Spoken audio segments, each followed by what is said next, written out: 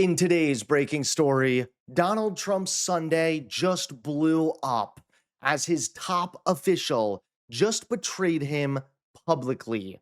That's right, Donald Trump is not doing so well today. How's it going, everybody? Hunter Avalone here with Occupy Democrats. Welcome back to another video. Now, Donald Trump is an absolute disaster, and now it seems even his own administration knows it. For one, Donald Trump's economy is an absolute mess. Our victory was a victory that was based on a campaign that was addressing concerns related to costs and chaos. My campaign across the past 2 years have been focused on hearing the challenges that people are facing all across Virginia. It's rising costs in healthcare, housing, energy, and it's the chaos coming out of Washington that has been impacting Virginians so severely, beginning with the DOGE efforts, of course, continuing with chaotic trade policies, and now in this government shutdown. Virginians need to and Virginians want to see the government reopen. And my expectation is that we will see a Congress, a Senate, and ultimately a president driving us in that direction. We said, let's extend existing law for a year, give us more time to work on this and reopen the government. And the result from the Republicans was, from the Senate Republicans, no. From the House Republicans, we're staying on vacation. And for the president, I'm going out to play golf.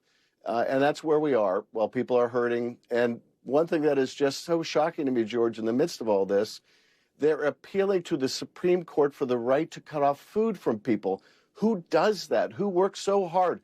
Who goes all the way through the court system to cut food from people who need it right now? But that's where they're coming from. The cruelty is part of the policy. But now things just got even worse. That's right, Trump's day just derailed as his top official betrays him publicly. Take a look at today's top story. We've just heard about all these impacts from the government shutdown right now. Are we starting to see a permanent impact on the economy? Sure, George, and good to be with you. And we've seen an impact on the economy from day one, but it's getting worse and worse. We had a fantastic economy under President Trump the past 2 quarters, and now there are estimates that the economic growth for this quarter could be cut by as much as half if the shutdown continues. And what your correspondent didn't talk about there, George, was there's, of course, the human cost, and we're going to have the busiest travel day of the year, the day after Thanksgiving. And Americans should look to 5 Democratic senators to come across the aisle to open that. But on the other side, there's also cargo is being slowed down. So, we could end up with shortages, whether it's in our supply chains, whether it's for the holidays. So, cargo and people are both being slowed down here, and that's for safety's sake, George. The president continues to post about ending the filibuster. Is that the best way to end the shutdown right now? Is that what the administration's position is? No, George, the best way to do it, and look, you were involved in a lot of these in the 90s, and you basically called the Republicans terrorists, and you said that it is not the responsible party that keeps the government closed. And so what we need is 5 brave, moderate Democratic senators to cross the aisle, because right now it is 52 to 3.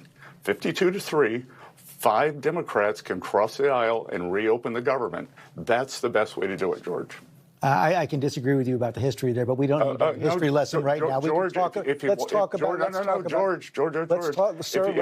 what's happening right now. If you want, I've got all your quotes here. George. I'm sure you do. But let's talk about the situation right now. Read your book, so you got one purchase on Amazon this week, and that's very much what you said. It's a mischaracterization of history, but I do want to talk about right now is the best way to end the shutdown right now, to end the filibuster. The best way is for 5 Democratic senators to come across the aisle. What you just saw is not a Democrat, not a progressive commentator, not an outside economist. That was Donald Trump's own Treasury Secretary, Scott Bessent. And he just admitted on national television that the shutdown economy is getting worse and worse. That is a direct contradiction of Trump's claim that everything is fine and that the pain is being exaggerated. Bessent openly confirmed that economic growth could be cut in half if the shutdown continues. That means slower job growth, higher prices, and real financial pressure on American families. But the second part is just as revealing. When asked about Trump's demand to end the Senate filibuster to force through his shutdown agenda, Bessent refused to support him. He didn't back the plan, he didn't echo the talking points, he instead said the only solution is for Democratic senators to cross the aisle. That is a direct break with Trump's public strategy. And it matters because it shows even inside the administration there is doubt, frustration, and disagreement. So the message is clear, the economy is deteriorating, and now it seems Trump's administration is as well. Thanks so much for watching. Please click that like button and subscribe to Occupy Democrats so that you can stay informed and help us stop Donald Trump.